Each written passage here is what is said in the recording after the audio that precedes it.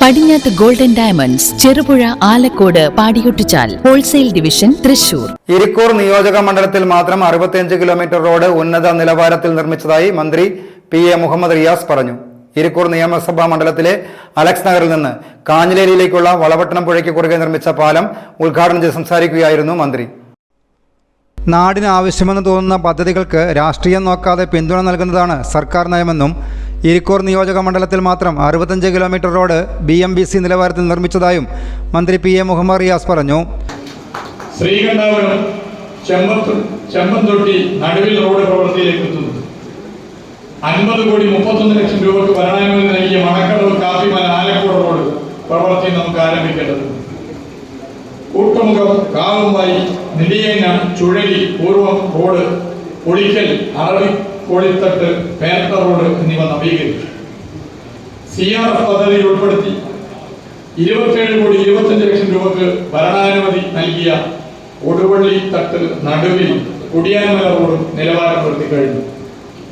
5 കോടി രൂപ തുകയ്ക്ക് ഭരണാനുമതി നൽകിയ ശ്രീകണ്ഠപുരം ടൗൺ സൗന്ദര്യവൽക്കരണ പ്രവൃത്തി പുരോഗമിക്കുന്നു. കണിയാർവയൽ കുളിക്കൽ റോഡ് ഈ നാടിന്റെ മുഖച്ഛായ തന്നെ മാറ്റിക്കഴിഞ്ഞു. മലയോര പ്രദേശത്തിന്റെ പ്രത്യേകതകൾ മനസ്സിലാക്കി പദ്ധതികൾ നടപ്പിലാക്കുകയാണ് ചെയ്യുന്നത്.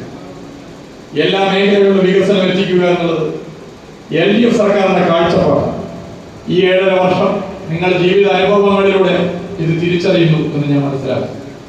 ഒരു നാട്ടിൽ ഒരു പാലം വേണമെങ്കിൽ, റോഡ് വേണമെങ്കിൽ, റോഡിന്റെ നവീകരണം വേണമെങ്കിൽ ആ നാട്ടിലെ ആ മണ്ഡലത്തിലെ പ്രതിനിധി ഭരണകക്ഷിയാണോ പ്രതിപക്ഷമാണോ പ്രതിപക്ഷ കക്ഷിയാണോ എന്ന് നോക്കിയല്ല LDF സർക്കാർ പദ്ധതികൾ നൽകുന്നത്. ആ നാടിന് ആവശ്യമാണോ എന്ന് പൊതുവെ പരിശോധിച്ചിട്ടാണ്. ആ പരിശോധനയാണ് ഈ മണ്ഡലത്തിലെ റോഡുകളിലും നിങ്ങൾക്ക് കാണാൻ വേണ്ടി സാധിക്കും. സജീവ് ജോസഫ് MLA അധ്യക്ഷത വഹിച്ചു.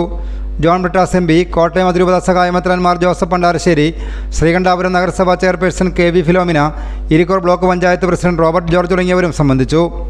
വളപട്ടണം പുഴയ്ക്ക് കുറുകെ അലക്സ് നഗറിനെയും കാഞ്ഞിലേരിയെയും ബന്ധിപ്പിച്ച് 111.6 മീറ്റർ നീളത്തിൽ 5 സ്പാനുകളിലായാണ് പുതിയ പാലം നിർമ്മിച്ചിരിക്കുന്നത്. News bureau, Kannur. നിങ്ങൾ സ്വർണ്ണാഭരണങ്ങൾ വാങ്ങുമ്പോൾ വഞ്ചിതരാകാതിരിക്കാൻ ജാഗ്രത പാലിക്കുക. 2023 ഏപ്രിൽ 1 മുതൽ സ്വർണ്ണ പരിശുദ്ധി ഉറപ്പുവരുത്തുന്നതിന് കേന്ദ്ര ഗവൺമെന്റ് ആഭരണങ്ങളിൽ HUID നിർബന്ധമാക്കിയിരിക്കുന്നു.